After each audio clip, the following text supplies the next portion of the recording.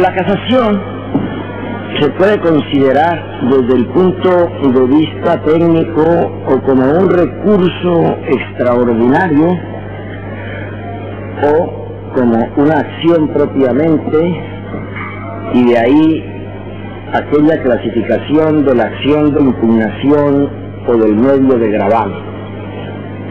En cuanto a recursos se refiere, en general es un medio de impugnación de las sentencias de segunda instancia o aún de primera instancia entre nosotros cuando las partes utilizan la casación per saltum, siempre y cuando se pongan de acuerdo y el recurso en este caso no puede formularse sino mediante la primera causal, que es propiamente la casación, o sea, la violación de norma sustancial in iudicam.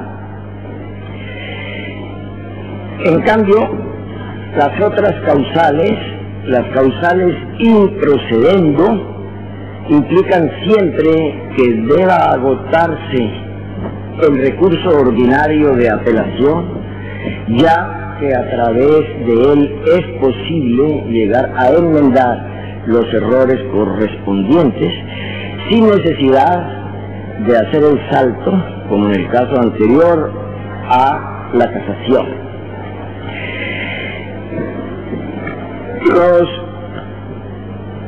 La casación trae siempre a debate el interés público que media en ella y el interés privado de la parte que sufre agravio por la sentencia y que ocupa una posición para mí muy importante porque es el vehículo para llevar a casación la sentencia correspondiente. Desde luego, tenemos que ver que está limitada por ese interés público en cuanto a la sentencia del proceso que admite el recurso y otras que no lo admiten, normalmente el proceso plenario u ordinario, excepcionalmente procesos especiales, y también por el valor del proceso, es decir, por el factor cuantía. Limitaciones en nuestros países de orden práctico, porque desde luego el principio general, la finalidad del recurso, pues se presenta tanto en los que por ley tienen acceso a él o los que no lo tienen. Básicamente, ¿cuáles son los objetivos de la casación? Son tres. Los voy a decir en el orden que yo considero más importante. La realización del derecho objetivo. Es decir, aquí hay un interés público prevaleciente que es lo que se llamaba tradicionalmente la tutela de jus constitutionis. Esto es esencial, a mi modo de ver, porque todo el mundo está interesado, y más en los estados de derecho, que ese derecho objetivo no sea violado, y que si se viola, se logre restablecerlo, de modo que eso que Calamandré llamó la nomofilacia es precisamente el fin primordial de la casación desde el aspecto del interés público. Hay otro aspecto que es la unificación de la jurisprudencia, por lo cual la casación ha hecho camino en los estados centralizados política y administrativamente, y desde este punto de vista es más difícil que lo haga en los estados federales, aunque no es incompatible, como ahora veremos, con que exista el instituto dentro de las diversas provincias o estados que constituyen un país federalizado. Por eso, pues, podemos decir que es factible la casación en estados como este, y por eso la tienen en algunas provincias argentinas, y varios códigos la regulan expresamente, y cumple esa primera finalidad. De manera que es erróneo rechazarla diciendo que solo es propio de los estados centralizados, porque el fin primordial, que es esa tutela del derecho objetivo, pues se está cumpliendo en las diversas provincias a través de las diversas cortes que conocen del recurso. Es evidente que más en un país como este, en que las normas sustanciales son únicas y solo las normas procesales son diversas, pues evidentemente ese principio lo cumple cada una de las cortes de las provincias a través del recurso de casación. De manera pues que la institución, a mi modo de ver, es aconsejable y loable. La otra, pues claro que no, porque la unificación de la jurisprudencia exige un solo tribunal que la unifique, y por eso cuando en Italia, aún viviendo Calamandrei, había 3 cortes de casación, después de una lucha contra ellas, al fin se unificó en la casación en Roma nomás, precisamente porque se contrariaba la posibilidad de uniformar la jurisprudencia que exige una sola corte de casación. Pero para mí esto es secundario, porque lo principal es lo otro. Y luego tenemos la presencia del agraviado, porque es un recurso. Y desde que sea un recurso en un proceso, pues exige una providencia que agravie y la posibilidad de impugnarlo. Eso es el aspecto que hay que darle más énfasis a mi modo de ver en el derecho contemporáneo, que la casación francesa al inicio y aún no le da la importancia que tiene, porque yo considero que quien va a casación no está pensando en tutelar el derecho objetivo en la unidad de la jurisprudencia, sino en ganar el pleito. De modo pues que ese aspecto es de suma importancia y es la compensación que recibe el recurrente de la ley, porque sin esa actuación del recurrente no se puede tutelar la ley objetivamente considerada. Ni se puede unificar la jurisprudencia donde es posible. Entonces la casación, inclusive en estados totalmente federados como los Estados Unidos de Norteamérica, en que cada estado tiene un derecho sustancial propio y un derecho procesal propio, también podría existir dentro de cada estado, aquí sí unificada inclusive, y más en un país como los Estados Unidos, donde viven precisamente de los precedentes, que es lo que nosotros llamamos jurisprudencia más modestamente.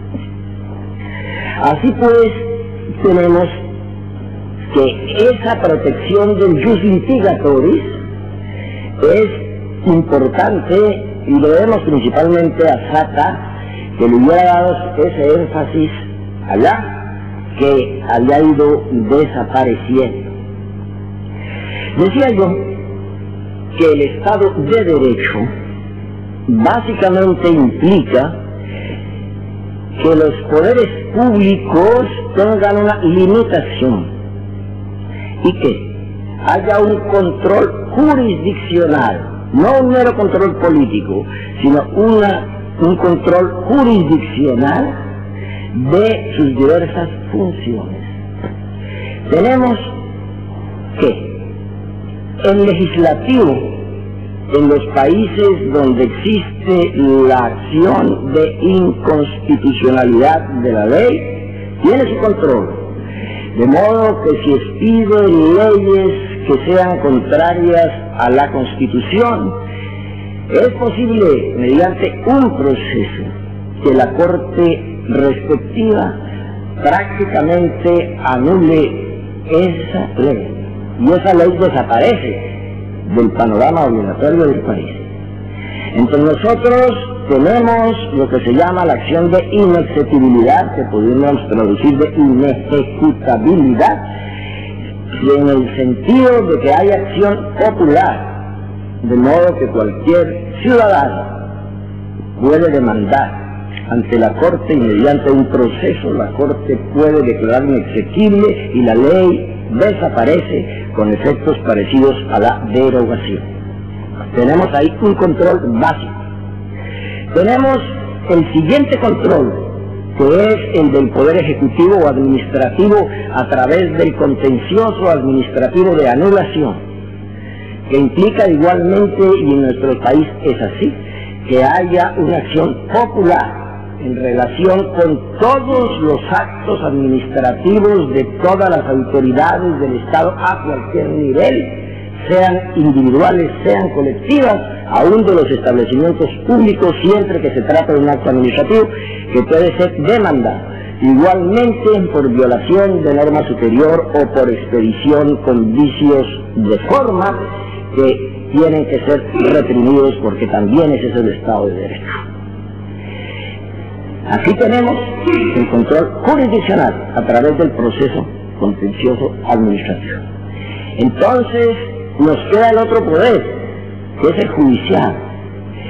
Y esto es lo que demuestra la importancia y la posición eminente del Poder Judicial dentro de un Estado de Derecho, que es superior a los otros dos. Porque el control de los actos del Poder Judicial es propio, no es de otro órgano del Estado como sucede con los otros dos casos, sino que es propio y se hace primordialmente a través de la casación, porque se busca la restauración o restablecimiento del derecho objetivo. Para mí eso es lo importante de la casación, lo fundamentalmente importante de la casación. Entonces decíamos que la casación, lo que hay en primer lugar es diferenciarla de la instancia, porque a mi modo de ver el confucianismo nace ahí. Mientras no se tengan unas ideas más o menos claras en relación con las diferencias, pues es muy difícil poder pronunciarse uno sobre este tema. Vamos a ver cuáles son las primordiales. En primer lugar, partiendo de la base de que sea un recurso o de que sea una acción, para efecto no vamos a entrar en ese tema tan difícil y tan amplio, solo se autoriza por causales específicas y taxativas, de modo que no es cualquier violación, sino tiene que ser aquella que coincida con una causal prevista por el legislador y que es numerus clausus. En cambio, el recurso ordinario, pues cualquier violación, judicando, improcedendo, da lugar a él. En segundo lugar, tiene que haber un error causalis, es decir, que el error de la sentencia trascienda en la resolución. Porque si no trasciende en la resolución, no quiebra la sentencia, no se casa la sentencia, pero la tutela existe.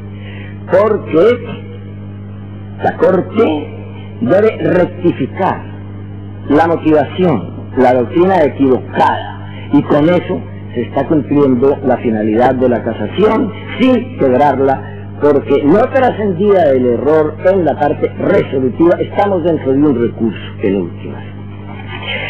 Y por otro lado, como estamos dentro de un recurso, imperan dos principios: el respeto al principio dispositivo, de modo que el recurrente señala la competencia de la casación alegando sus causales, y solo a través del examen de esas causales puede pronunciarse la Corte sin salirse de ahí.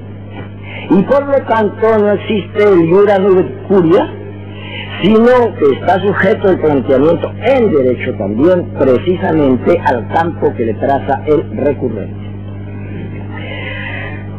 El objeto es fundamentalmente diferente del objeto del proceso, y ahí viene la clásica diferencia entre instancia y recurso de casación.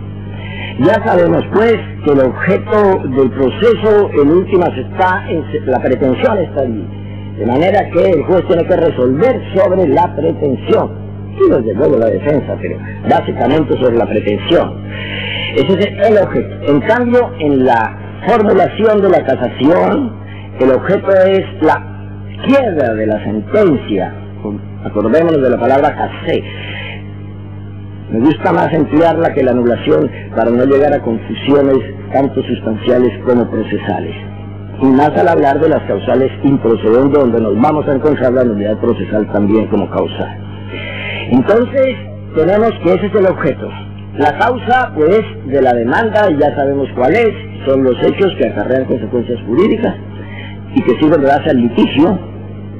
Y, en cambio, en la casación son los motivos o causales alegadas. De modo, pues, que hay una absoluta separación a este efecto. Por lo demás, vamos a entrar aquí en un tema de lo que es la casación pura, que no es tan pura como ahora veremos, que es la casación francesa y la casación ecléctica. Porque básicamente se ha dicho que la casación es un juicio en derecho. De modo que la causal no puede ser sino la violación de norma sustancial sin consideración a los hechos, el error iuris injudicando. De los hechos hay que recibirlos como vienen de la instancia, de modo que en casación no deben tener injerencia. Sería francés y de muchos países que siguen básicamente o literalmente la escuela francesa. Nosotros tenemos, y muchos países también, España puedo citar, Latinoamérica, una casación ecléctica, sin que la base de la casación difiera, porque sigue siendo la violación de norma sustancial. Hacemos la distinción entre la violación directa, sin consideración a los hechos y por tanto a la prueba de estos, y la violación indirecta, o sea, aquella a que se llega por errores en la apreciación de determinada prueba, que es factible como ahora veremos. Lo mismo se equivoca un juez al aplicar la ley, si directamente dice lo que no dice o ignora lo que dice, que son las fórmulas reducidas a su más simple expresión, que si al apreciar los hechos considera que la situación de hecho está tipificada en esta forma y le aplica la ley que corresponde cuando la situación de hecho no está tipificada en esa forma. Entonces, al aplicar la ley, la viola como consecuencia de falsa apreciación de pruebas. Pero desde luego aquí no debemos confundirnos con la instancia, porque la instancia implica la soberanía del juez de instancia en la apreciación probatoria, el poder de convicción de la prueba en cada juez que va a resolver la litis, y que desde luego ya en la época de la persuasión racional, es decir, de la aplicación de las reglas de la sana crítica, pues se nota mucho más, porque es una labor individual del juez. Eso no se le puede revisar en casación jamás, porque llegaríamos a una tercera instancia. No se puede pretender que la Corte aprecie en conjunto la prueba o determinada prueba en forma diferente al juez de instancia, porque nos saldríamos de la casación para llegar a la instancia. No. La casación ecléctica que tenemos nosotros y otros países consiste en que el juez puede incurrir en dos tipos de error. En la contraevidencia, fundamentalmente, que es lo que se llama error de hecho. O sea, que existiendo la prueba, es un error sobre la prueba. Existiendo la prueba de un hecho, la ignora, o la desvirtúa, o supone la existencia de un hecho con una prueba que no existe en el proceso.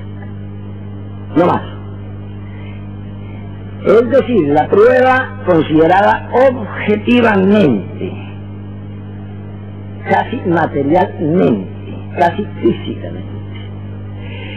Es evidente que ese error lleva a la contraevidencia, porque va a declarar o a partir de la base de la existencia cuando no existe, o de la inexistencia cuando existe, o de una existencia que no es así, sino es en otra forma. Por consiguiente, al operar así, va a aplicar una norma, y ahí es donde hierra, porque aplica la que no es o deja de aplicar la que es. En esta materia, la errónea interpretación no tiene ningún significado. La errónea interpretación está perfectamente divorciada, como es natural, de la cuestión fáctica. Por consiguiente, entonces, esa es la parte que nosotros hemos desarrollado y que creemos que en una casación moderna debe tener entrada. no se debe rechazar de plano en el sentido de que solo el error iuris, sino también el error facti, injudicando en la forma que he tratado de explicar. Por consiguiente, ¿qué pasa de aquí en adelante? Pasa que se casa la sentencia, se quiebra la sentencia, y entonces la segunda instancia queda sin sentencia. Hay toda una instancia tramitada, que no es un equivalente a anulación, está por dictar la sentencia. Y aquí vienen las otras dos sistemas. O el sistema del renvoi que hablan los franceses, del renvío al tribunal para que vuelva a dictar sentencia de instancia.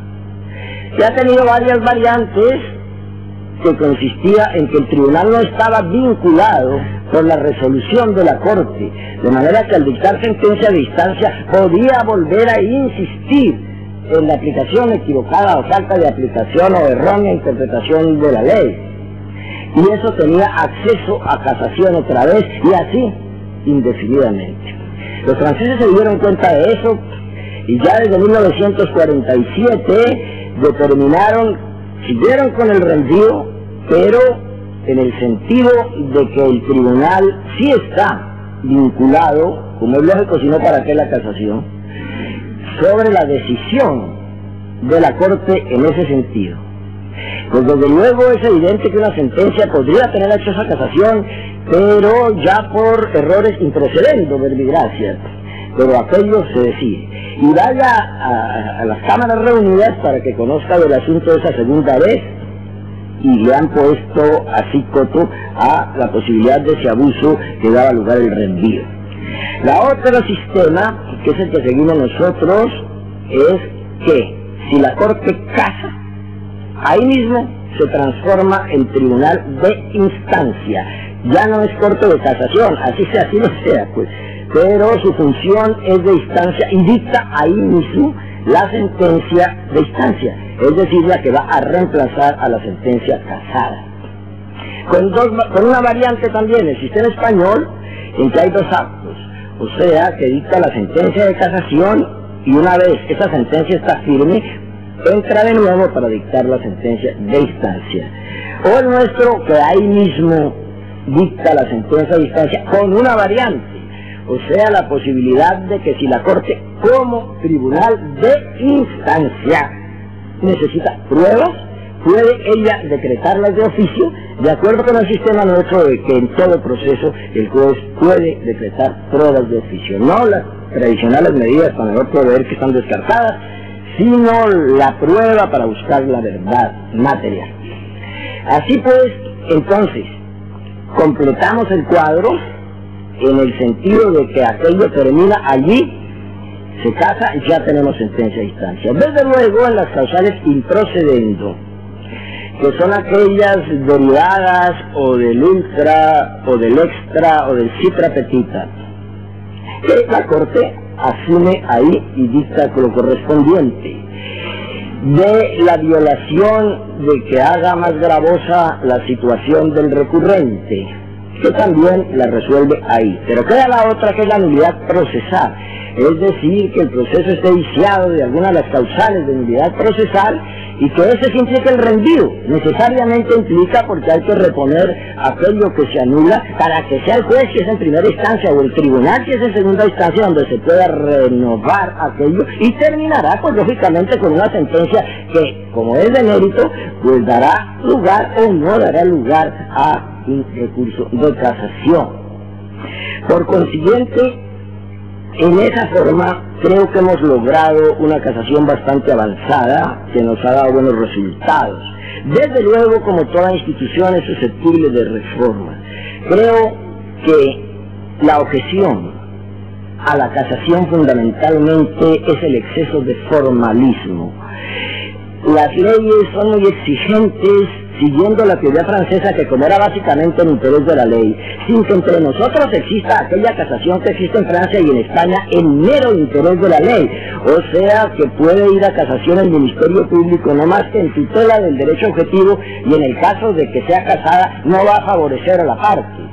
Eso no existe, claro que no. pero como era el interés de la ley, por eso le pusieron esas restricciones de formulación. Yo creo que ahí es donde está hay que poner remedio, porque las Cortes, por la línea de menor resistencia, tratan de encontrar errores formales en todo, de exigir pues un exceso de formas, y entonces no entran al fondo del recurso. Me parece que quitándole el formalismo hasta donde se pueda dentro de esta institución, que es muy sui generis, pues logramos una casación adecuada. Y algo más. No sé en qué congreso argentino, acá hace unos años, se llegó a la conclusión de que una fórmula aceptable sería la única instancia y casación. Yo creo que con una casación en este sentido, que por un lado nos descarta la unidad de jurisprudencia, que podría ser la objeción técnica, y por otro lado desformalizada, y dándole entrada al error de hecho, es decir, al error facti, creo que se lograría desde ese punto de vista una mejor situación, porque no habría pruebas como no las hay en casación, práctica de nuevas pruebas, y se llegaría a una conclusión adecuada. Desde luego, por último, quedaría por decir que entre nosotros el recurso de casación por regla general no produce efecto suspensivo, sino que la sentencia es posible cumplirla, lo que está de acuerdo naturalmente con la institución. Sin embargo, la parte desfavorecida, es decir, el recurrente, puede impedir ese cumplimiento mediante una contracautela, mediante una caución que después se le hará efectiva. Yo creo pues que a grandes rasgos y a grandes brochazos hemos hablado de algunos de los puntos más importantes de casación, y les agradezco mucho su atención. Claro.